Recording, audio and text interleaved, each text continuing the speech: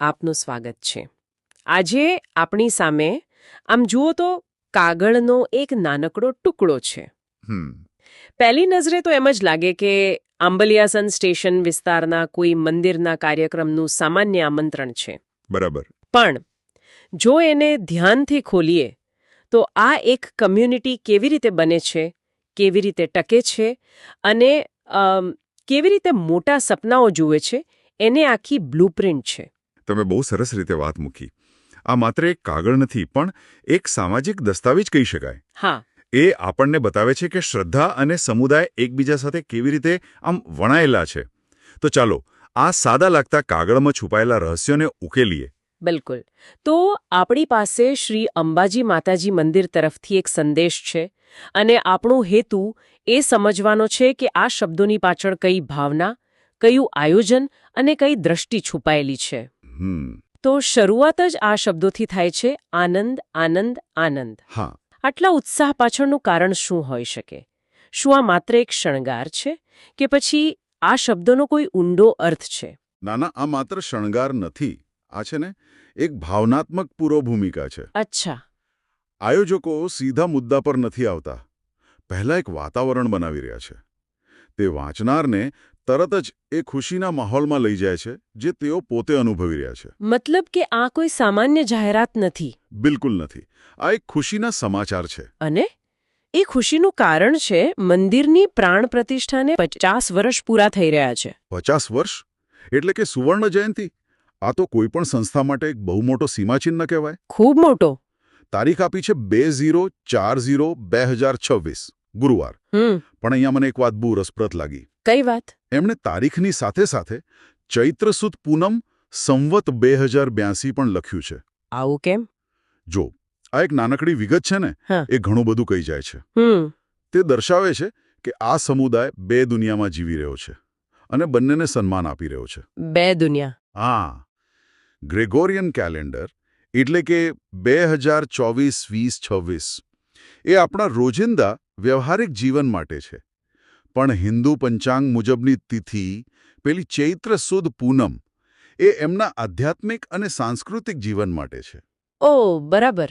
આ બતાવે છે કે તેઓ આધુનિક દુનિયા સાથે જોડાયેલા છે, પણ પોતાના મૂળિયાને ભૂલ્યા નથી. ધાર્મિક મહત્વ તો હંમેશા તિથિ સાથે જ જોડાયેલું હોય. અને પેલો શબ્દ પ્રાણ પ્રતિષ્ઠા. સામાન્ય રીતે તો લોકો મંદિરના ઉદ્ઘાટન કે સ્થાપના દિવસની વાત કરતા હોય છે, પણ અહીં ખાસ આ શબ્દ પર ભાર મુકાયો છે. હા, અને એમાં બહુ મોટો તફાવત છે. સ્થાપના એ ભૌતિક બાંધકામની વાત છે, ઈંટ, પથ્થર, સિમેન્ટ. ઓકે. પણ પ્રાણ પ્રતિષ્ઠા એક આધ્યાત્મિક ક્રિયા છે. એ એક વૈદિક વિધિ છે જેના દ્વારા મૂર્તિમાં દૈવી ચેતના એટલે કે પ્રાણનું આહ્વાન કરવામાં આવે છે. અચ્છા. એ દિવસથી મૂર્તિ માત્ર પથ્થર કે ધાતુની નથી રહેતી, પણ ભક્તો માટે જીવંત ભગવાનનું સ્વરૂપ બની જાય છે. એટલે આ મંદિરની ઇમારતની નહીં. ના, મંદિરમાં બિરાજમાન દૈવી શક્તિની 50મી વર્ષગાંઠની ઉજવણી છે. એમ કહી શકાય કે આ મંદિરનો આધ્યાત્મિક જન્મદિવસ છે. વાહ! આ તો આખી વાતને એક નવા જ સ્તર પર લઈ જાય છે. અને દેવી માટે જે સંબોધન વપરાયું છે પણ જુઓ, રાજરાજેશ્વરી, જગતજનની પર્યાપૂર નારી, મા જગદંબા. કેટલા ભવ્ય શબ્દો છે. હા. આ શબ્દો માત્ર વિશેષણ નથી, પણ દેવીના સ્વરૂપની વ્યાખ્યા છે. રાજરાજેશ્વરી એટલે રાજાઓના પણ રાજા. જગતજનની એટલે આખા બ્રહ્માંડની માતા. આ શાસ્ત્રીય સંબોધનો વાપરીને આયોજકો આ પ્રસંગના ગાંભીર્ય અને દિવ્યતાને સ્થાપિત કરી રહ્યા છે. સાચી વાત. તે ભક્તોને યાદ અપાવે છે કે તેઓ કોની ઉપાસના કરી રહ્યા છે અને આ અવસર કેટલો મોટો અને પવિત્ર છે. બરાબર. તો મુખ્ય કાર્યક્રમ તો એપ્રિલ 2026માં છે.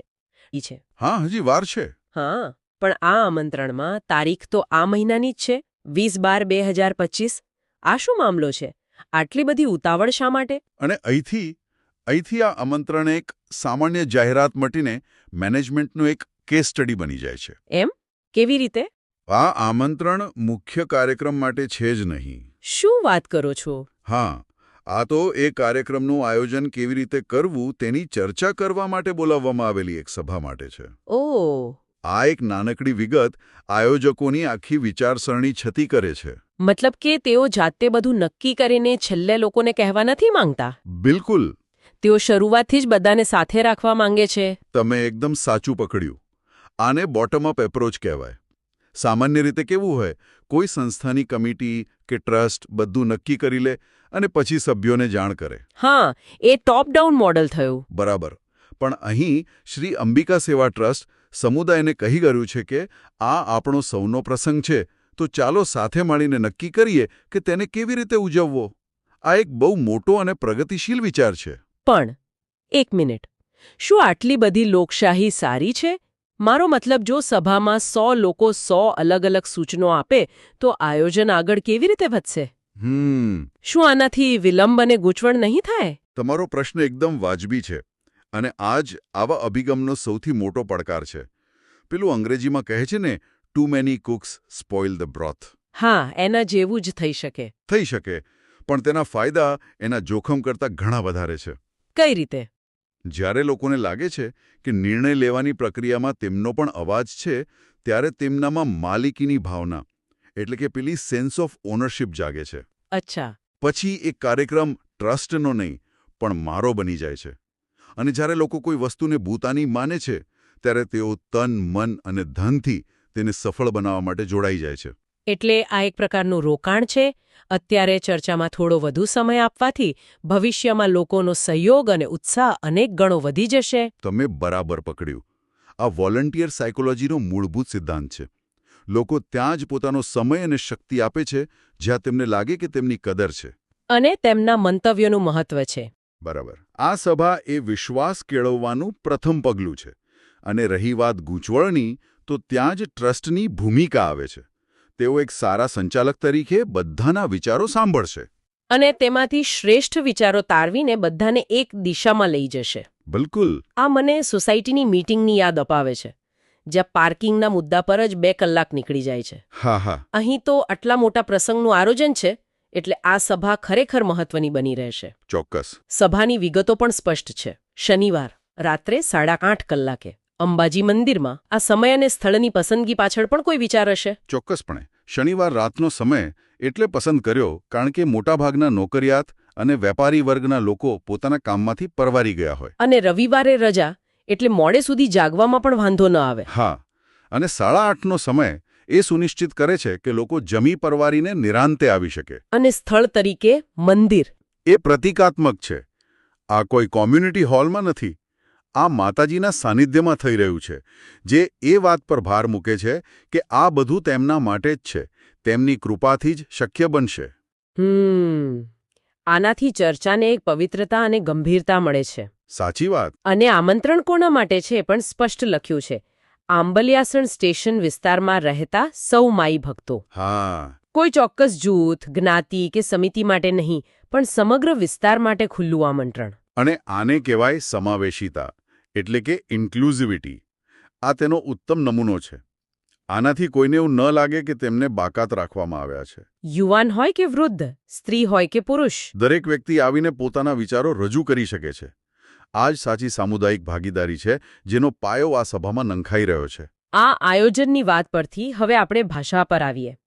આખા સંદેશની ભાષામાં મને કોઈ ઔપચારિકતા કે આમ અધિકારિક લહેજો નથી દેખાતો. ના, જરાય નહીં. બહુ જ લાગણીશીલ અને પોતાની લાગે એવી ભાષા છે. કારણ કે અહીં ભાષા માત્ર માહિતીનું માધ્યમ નથી, પણ લોકોને જોડવાનું, પ્રેરણા આપવાનું સાધન છે.